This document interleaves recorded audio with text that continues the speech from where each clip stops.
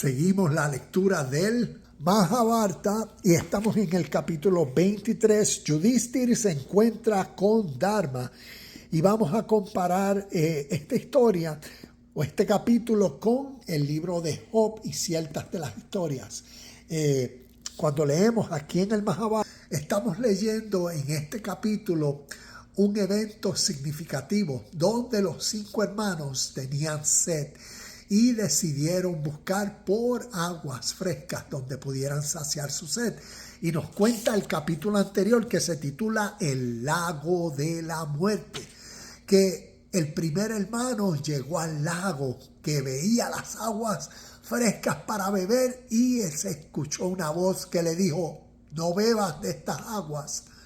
Primero me tienes que contestar estas preguntas y después puedes beber del agua. Y el hermano no le hizo caso, bebió del agua e inmediatamente murió.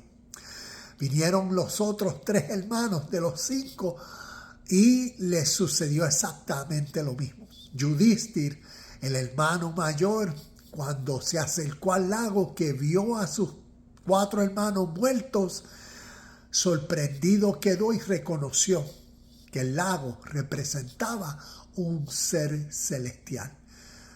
¿Y quién era ese ser celestial? Y vemos que entonces, vamos a ver, entonces en el capítulo, ¿ves? El ser celestial le dice a Yudhishthira: le pedí que respondieran a mis preguntas, pero él rehusó, bebió del agua y murió.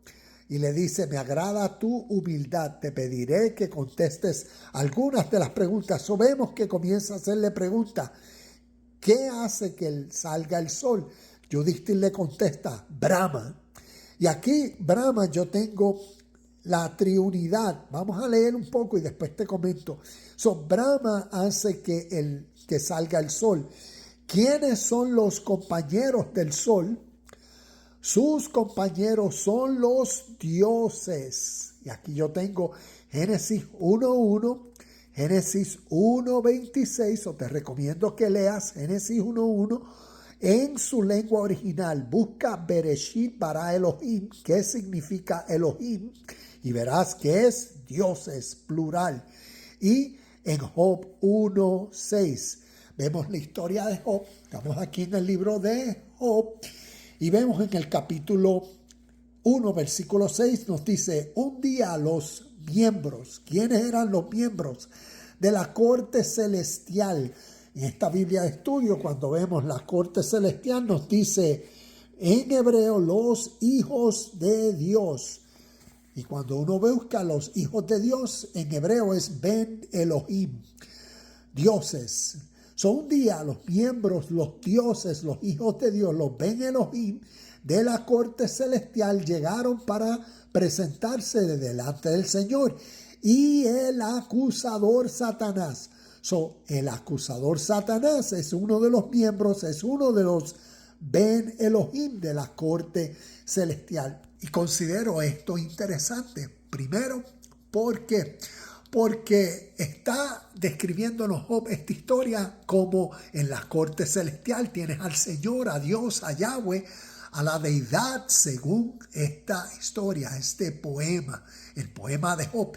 Y en su corte celestial vienen sus hijos, los Ben Elohim, o los miembros de la corte celestial, que son seres que van a hacer funciones de parte de el Señor, y entre ellos el acusador.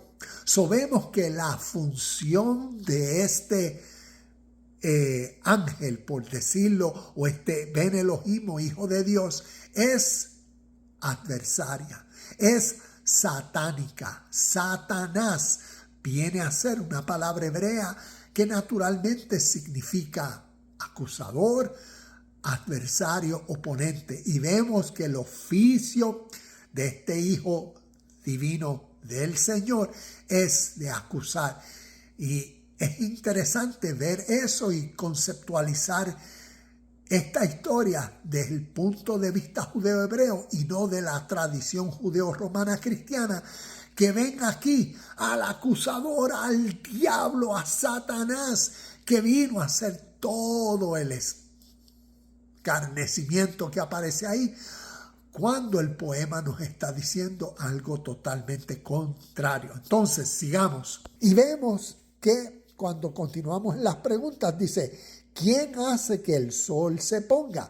El Dharma. Y la palabra Dharma es significativa, porque la palabra Dharma, vamos a ver que significa deber, significa la ley eterna de Dios.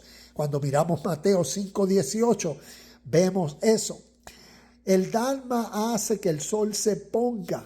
Y vamos a continuar acá. Tengo algunas otras que quiero leer. ¿Qué es más rápido que el viento? La mente es más rápida que el viento. ¿Qué es más numeroso que la hierba? Los pensamientos que aparecen en la mente de un hombre son más numerosos. Por acá abajo nos dice, ¿cuál es la más valiosa de todas las posesiones? El conocimiento. ¿Cuál es la mejor de las ganancias? La salud. ¿Cuál es la mejor, pues el mejor tipo de felicidad? La autosatisfacción. Aquí tengo Filipenses capítulo 4, versículos del 11 al 13. Léelos. Y vemos todas estas preguntas.